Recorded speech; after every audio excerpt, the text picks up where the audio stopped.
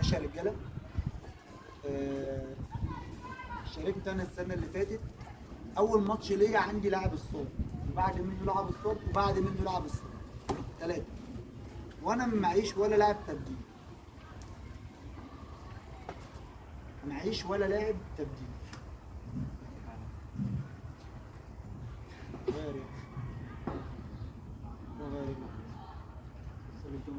ماشي يا رجاله، الناس كلها مركزه معايا. معيش ولا واحد تبديل. عارفين المدرب بتاع الفرقه الثانيه جه قال لي يا كابتن طلع الناس دي، الناس دي خلاص مش قادره. بالجنب يا محمود،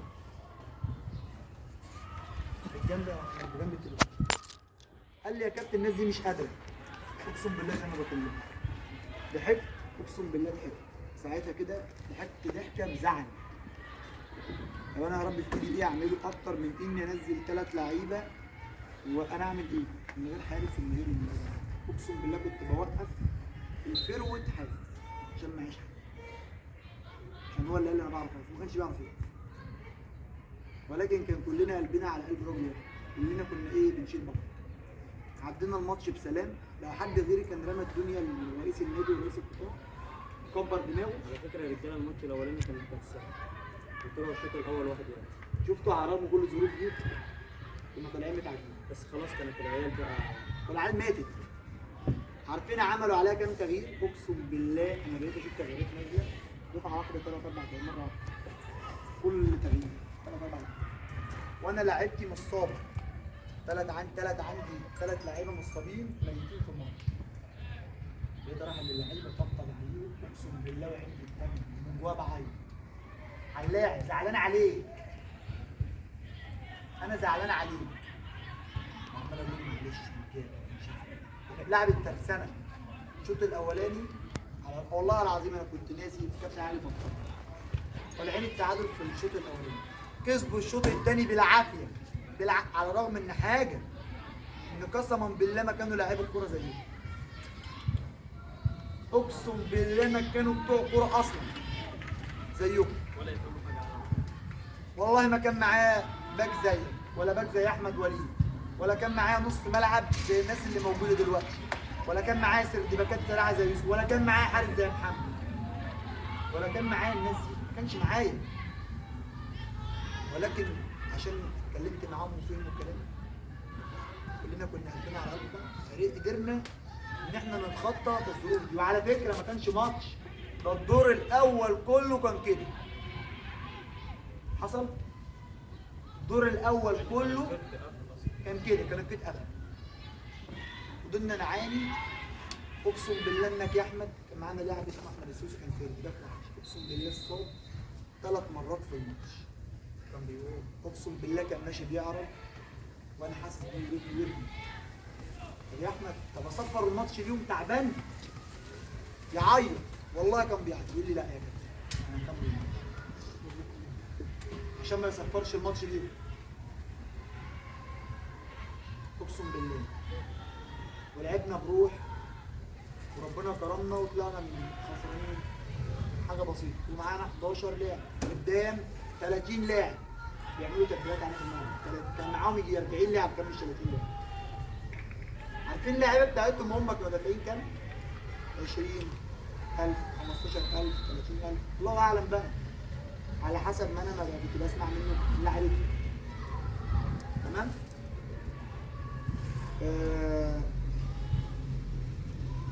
احنا مش اقل من حد، اللي انا شايفه قدام العدد اللي معانا السنه دي في الدوري احنا مش اقل من حد. معانا عدد محترم، معانا هافات محترم، معانا فيرود محترم، معانا نص ملعب محترم، ديفندرات، صانع العاب، باكات، سرد باكات، حارس هو لوحده فرقه. بالفعل احنا جربنا الكلام ده السنه اللي فاتت، الحارس كان معانا حارس اقسم بالله كان جرب اللي هو كان جايب لنا حارس ده يجيب جون فيه اقسم بالله. فاحنا النهارده معانا كل حاجه ما شاء الله زي الفل، احنا مش اقل من حد. هلاعبكم بتشكيله قدام الزمالك، قدام نادي الزمالك هلعب بخطه وبتشكيله قدام نادي الزمالك. هتحدى اي حد من الناس اللي قاعده ان الزمالك ما هيعرف يعمل معانا بربع جنيه على اللي انا النهارده هعمله وبكره، على رغم اسمه الكبير على دماغنا هو او غيره. ولكن احنا الفيديو ده انا مش هنزله غير بعد ماتش الزمالك، لما نشوف معايا الرجاله هيعملوا الكلام ده كله. مش هينزل غير لما اجي اقول انا معايا رجاله ايه النهارده اتكلمت معاها وحفظوا كلامي ودرسوه وعملوا بيه وادي الزمالك، وعملنا ماتش مع الزمالك والدنيا كانت 1 2 3 4 ومعايا الرجاله قامت بدور ودي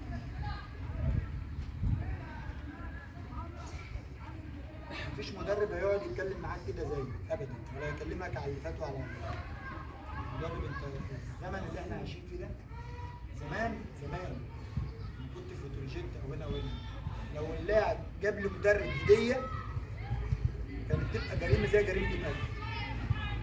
لو اللاعب عرض على المدرب بتاعه فلوس عشان يلعبه كانت تبقى جريمه. غير الزمن ده. طب هل المدربين بتوع الزمن ده وحشين والزمن اللي فات حلوين؟ لا. القصه مش كده. بتكلم عن الموضوع ده ولا اول مره الناس كلها تسمعه. القصه مش قصه استثمار او حكومي، لا.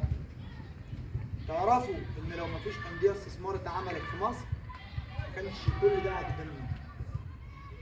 مش عشان انتوا وحشين ولا حلوين، لا. زمان كانت الانديه النهارده لو مليون كان زمان 10,000. شوفوا فرق من 10,000 لمليون، فرق كبير جدا جدا جدا. فاصبح النهارده ان الدنيا اتفتحت جدا عشان انتوا تلعبوا وملايين زيكم يلعبوا. لولا الاستثمار ما كنتوش لعبتوا. ولكن انا مش مع الاستثمار، انا ضد الاستثمار. انا ضد مش مع. بس في هنا استثمار نوعين 3. نصب، وكيل لعيبه ياخد منك مبلغ كبير وتلاقيه اختفى عن حياتك.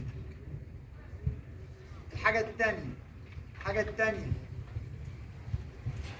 هتتسجل في نادي، هتتسجل بمبلغ كبير 10 20 30 40 ألف ومش هتلعب، هتقعد دكه للناس اللي اللي عندهم القدام.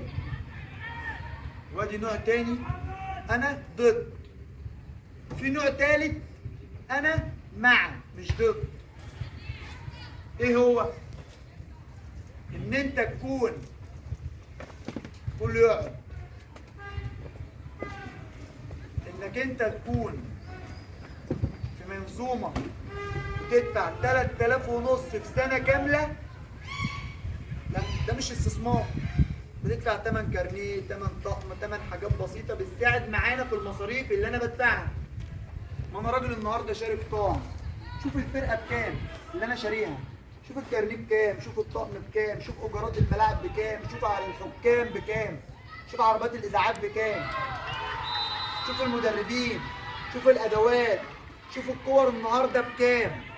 زمان الكوره ام 50 جنيه و100 جنيه، النهارده ب 1200 جنيه. شوف النهارده الكنزات والاطباق واللي مش عارف ايه واللي ما ادري ايه. زمان كانوا بجنيه وب2 جنيه، والنهارده ب 20 وب 12 جنيه وب 15 جنيه في حاجه. شوف انت هتجيب كام حاجه بكام 12 بكام 20 بكام 50 بكام كوره. فانت لما النهارده تدفع مثلا في نادي 3,500 العب. ما هو ده مش استثمار. طب ما الاكاديميه في السنه، في اكاديميات شغاله ب 300 جنيه في الشهر. تحسبوا كده في السنه بكام؟ بكام؟ اللي بيعرف يحسب يقول 3,600 جنيه. ماشي. ما بتلعبش دوري اتحاد كوره واسمك في اكاديميه. واسمك في اكاديميه مش نادي. اقسم بالله تفضل. ما زي اللي احنا. فاصبح النهارده ان انت في مكان موفر لك حاجه موفره لكم كل حاجه. كاميرا فوتوغرافي، صفحه على الفيس كبيره، ما عندناش لاعب مره نزلناه في طقم مخالف. اقسم بالله ما عندنا. انديه مصر اللي هي في الممتاز وفي الممتاز ب احنا بتنزل بطوله مخالفه. احنا درجه رابعه وما عندناش الكلام ده. صفحه اقسم بالله صفحتكم ما في زيها على السوشيال ميديا. عندنا قناه على اليوتيوب بنزل عليها ماتشات وتمرينات. النادي له اكاديميات، 3 اكاديميات ب3 طفل، 3 فروع اكاديميات ودرجه رابعه. احنا ما نقلش عن الانديه الكبيره. احنا ما نقلش عن ايه؟ عن الانديه الكبيره. في حاجه ده احنا بالعكس احنا عندنا اللي مش عندهم، مش متوفر عند الناس دي. وبأبسط التكاليف وبأبسط الامور، وسهلنا الدنيا على الناس وعملنا ايه؟ وقسطنا كمان الفلوس للناس. حصلنا لكم على مره ومرتين وثلاثه. المدربين كلها النهارده اللي شغاله درجه رابعه بياخدوا 5000 و6000 وايه في اكتر زي ما قلت لكم، وشهريا 300 جنيه كمان. انا عامل لكم شهريا، انا واخد معاكم كل منكم المبالغ دي 5 و6 سنه، مفيش الكلام ده. فبالتالي انا كده انا عايز انجح. انا كده ايه؟ عايز انجح وعايزكم انتوا كمان تلعبوا وتنجحوا. في ماتش زي ماتش الزمالك لو عندنا لاعب خرج زي كده ربنا يكرمك. لو زي كده او زي اي لاعب يخرج من عندنا يروح الزمالك يروح هنا يروح هنا، ربنا يكرمه في حياته. ربنا يكرمه في حياته. احنا في ظهر اي حد وبنسند وبندعم اي حد. القصه اللي انا كتبتها على الفيس عن زميل بروسيا حقيقي. اللاعب بيلعب دورات كذا اصبح النهارده لاعب وديناه درجه ثانيه. هو 2005 استعد مع 2003 خلاص في منتخب مصر الناشئين مش عارف وايه وايه وايه. ليه؟ ما كانش معاه جنيه يروح بيه النادي مواصلات، كان بيستلف من زمايله اللي قدوا بسن فلوس عشان اروح الاقيه في التمرين قاعد مستني. تعب بامانه، تعب وحق يلا. غير اللي مطريها ونايم في البيت، غير اللي ما بيجيش وغير اللي مكبر دماغه وغيره وغيره وغيره. فرق السما من الارض. فانا مش عايز اطول عليكم اكتر من كده. اللي انا عايز اقوله لكم ان انا معايا رجاله ومفيش بديل للكلمه دي، وهنجح بيكم وهتنجحوا بيا. ما عنديش برضو بديل للنجاح. اقسم بالله ما عندي حاجه اسمها فشل في حياتي بنسبه 0% مش موجوده اصلا. ان انا في حياتي يبقى في عندي 1% من الفشل، لا عندي 0. ما عنديش حاجه اسمها فشل. عندي هنجح بيك من غيرك هنجح. واللي معايا نجح معايا، واللي مش معايا ربنا يوفقه. مش هقول عليه لفظ ولا هقول عليه ان هو لا ربنا يكرمه ويروح يا رب اللي احسن مني. ده لو حد بيتكلم بالمنطق اللي عندنا وبالنظام صعب، صدقوني صعب ان احنا في 6 اشهر او 7 اشهر نلعب اول ماتش لينا رسمي في الدوري ب 23 كارتين ومعناش حد لابس طقم مخالف. صعب ان احنا يكون عندنا في نادي النهارده في مصر يقوم بالدور اللي احنا قمنا بيه. بشد عليك، بزعق لك، بعمل اللي بعمله لمصلحتك انت. وزي ما قلت لكم على الواتس، غير انا اي مدرب تاني غير انا ماليش علاقه بغيري، بس اللي انا بشوفه بعينيا كل يوم من المدربين هيكبر دماغه. انت جيت ما جيتش عادي، ما يهموش انت تتدرب او ما تتدربش، ما يهموش انت مستواك او مش مستواك، ما يهموش حاجات كتير عنك. زي ما انا ما يهمني انت تبقى رقم 1 بالنسبه لنفسك قبل ما تكون بالنسبه لي.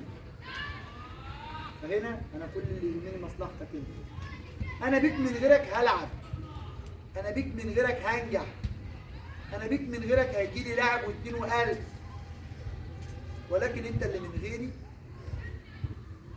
مش هتلاقي اللي انت لقيته عندي. وزي ما انا ما قلت مره و2 و10، ومنكم ناس اكيد راحت اختبارات السنه اكيد اللي لقى نظام زي عندي ايه. اقسم بالله لو في الدوري الممتاز اللي بيلعبوا معانا منطقه، لو في نظام عندهم زي عندي حد يقولش الدرجه الاولى والثانيه. اكيد رحتوا يعني سيراميكا واكيد رحتوا يعني احنا كان معانا لاعب مضى 2008 هو قد كده قد كده اهو، راح اختبارات زد في الاختبارات. انت رايح تعمل ايه؟ ده عايز الناس اطول مني 2008 رايح تعمل ايه؟ هنا عقليه بشر، ربك يعني اداك عقل، انعم عليك بعقل حكمه. انت بتلعب بتسكير انا السنه دي انا عارف عندك النهارده ربنا اداك حكمه، استغل الحكمه دي في الصح مش في الغلط، ما تمشيش في الطريق البطال. يعني في ناس تقول لك يا كابتن انت ندفع 50,000 واروح دوري ممتاز وما ادفعش 3,500 واجي ده درجه رابعه. يا عبيط يا جاهل، ما الدرجه الرابعه في المنطقه بتقابل الدوري الممتاز، انت راسك براسهم. بس هنا الفرق هم لعبتهم دافعين 30 و40 و50,000 و20,000 و10,000 و100,000 و150,000 وانت رافع 3,000 ونص، تلعب راسك براسهم، راسك براسهم. ويمكن انت احسن منهم وعندك امكانيات متوفره عن الناس دي اقسم بالله. انتوا عارفين بكره جاي كام مدرب يقف معاكم في الماتش؟ 5. طب احنا محدش سأل نفسه كده وهو قاعد فين يا كابتن؟ 5 جايين. 2 انتوا ما تعرفوهمش بس هم يعرفوكم، متابعينكم وعارفينكم كويس جدا. معانا كابتن علي هيجي بكره، ده عميد مشكورا. كابتن اسلام نفس النظام، وانا يعني احنا كلنا في ظهر، كلنا هنا في ظهر. نشوف الكوره فعلا احنا معانا ده ولا نص. مش عايز اطول عليكم اكتر من كده، ولكن انا هقول لكم اخر حاجه بمناسبه اللي احنا فيه، الظروف الصعبه اللي احنا بنمر بيها. اقول لكم اخر حاجه عشان ما اطولش عليكم اكتر من كده، ولكن الكلام اللي انا بقوله لكم ده لنفسكم انتوا اهم من مليون تمرينه ومن مليون ماتش، واللي بيفهم بيريح زي ما بيقول. صح ولا غلطان؟ اقفل يا محمود عادل.